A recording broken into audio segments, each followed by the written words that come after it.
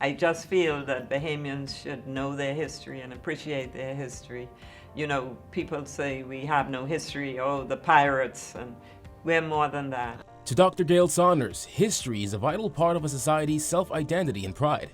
For her part, Dr. Saunders continues to provide fascinating insights into Bahamian history in the hope that her books will inspire others to pursue the same path and continue to push the vital knowledge of Bahamian history. If you were to sit and talk with Dr. Saunders, she'd tell you about just how far we've come as a country. It wasn't like it is now. I mean, there were certain places people of color could not go. When I was growing up, the Savoy Theater was one of them. Only whites or people who were very light-skinned and were part of the sort of white community. After earning her bachelor's in history in 1966 from University of Newcastle upon Tyne and her postgraduate certificate in education from the University of Leicester in 1967, Dr. Saunders taught history at Government High for 2 years before the Ministry of Education approached her to start an archive.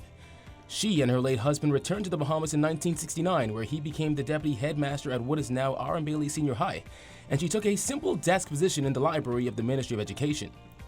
While she loves writing and keeping note of the country's history, Saunders said she realized early on that she had to find a way to monetize her passion. I could not live on the money that I take in from the sale of my books. Wow. And so I have to have a job. Livelihood. A livelihood. A livelihood. But I have enjoyed my career as Director of Archives, as Director General of Heritage, and now as a scholar in residence at the University of the Bahamas. She jokes about an idea she got from her mother one time once she learned of her love for writing.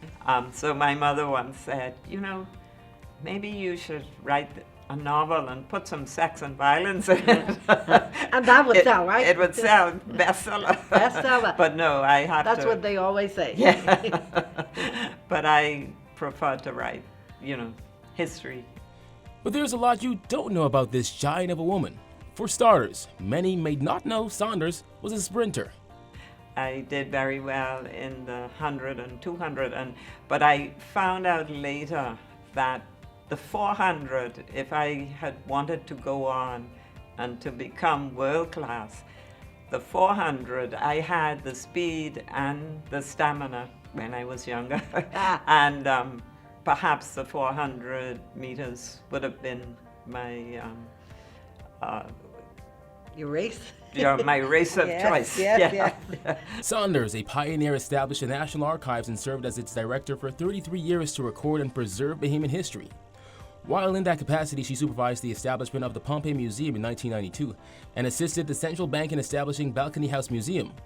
Saunders also served as president of the Bahamas Historical Society for 10 years from 89 to 99.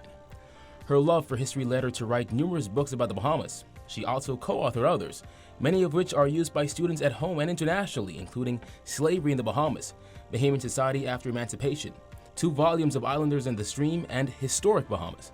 But when she's not writing a book or preserving history, believe it or not, Saunders likes to break a sweat. As an athlete, the thing is, not only was I a fairly good tennis player, and my cousin Robert Isaacs and I won the mixed doubles, beating, Really? I think, 2 of the best players who I forgot, Antonius, he was a Greek Bahamian of descent, but I can't remember. It was quite an achievement. And just as she's done for so many others, there are those who have inspired Dr. Gail Saunders. First of all, my parents, Basil North and Audrey Isaacs North. My uncle Kendall, my mother's brother, Kendall Isaacs, he was always interested in my progress. According to Saunders, there are many who've never been given any special awards or recognized for the work they've done in the development of the country. But to her, they are true Bahamian icons. They include people like Dame Marguerite Pinling, Sir Kendall Isaacs, and the man considered to be the father of the nation, Sir Lyndon O'Pinling. Because for anyone to have been elected, you know, multiple times and to have a lot of people may have turned against him and the PLP, but I think that he tried to be as fair as was possible. For her, receiving the Lifetime Achievement Award at this year's Bahamian Icon Awards is an honor, but one she never expected.